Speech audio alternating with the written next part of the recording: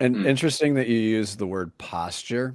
Mhm. So at Oregon, sorry, Dave, I say we.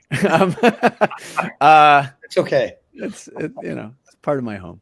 Um, we have this class called confidence, and I love this class. I love this class so much. It's such an invaluable skill, not just for young people or new people, but for anybody really. And so, Ronnie, you said a very key word there, which is posture.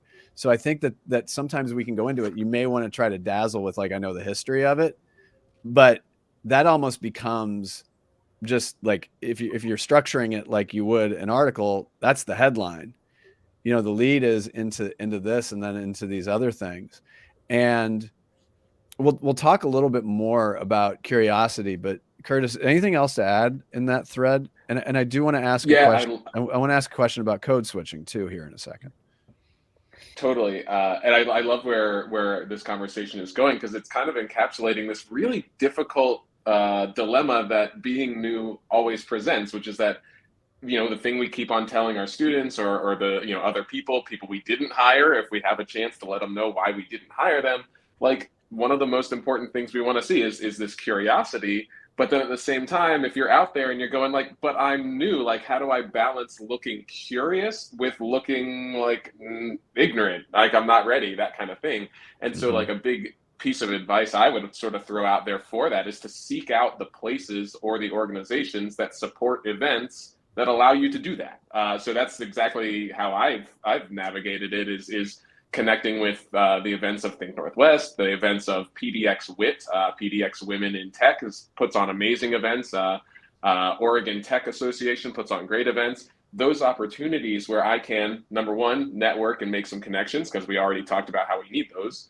Number two, also connect with other people in a way where I can be a little curious, but they're not my boss. So it's okay for me to ask that question that, like, made me at first, when I first started out doing this, like about a year ago or so, in this sort of direction that I've formed for myself now, finding those places where it's okay to find your confidence and your curiosity, and how do you balance what you're projecting out to make sure that you appear ready to learn, and not like, oh, I have a lot to learn.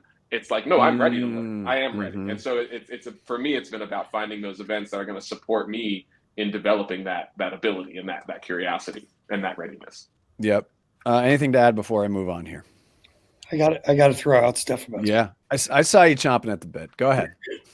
2006. I created a class called Curiosity for Strategists, because most of us had their curiosity kind of squashed from the time we started elementary school. Mm. And the whole purpose of that is to enable the students to begin to reform that deeper curiosity, not just what's on TikTok, but how do we make combinations of things. And what I learned, the students have become the most successful when they get out of here are the ones that also developed curiosity about many things on a deeper level, so that when they're in that interview, they've also not just expressed, I know about your company and I know what the difficulties might be, or just things that deal with advertising, but a deeper curiosity about life itself, and a deeper curiosity about what's going on in the culture, etc., which automatically starts to separate them in a way.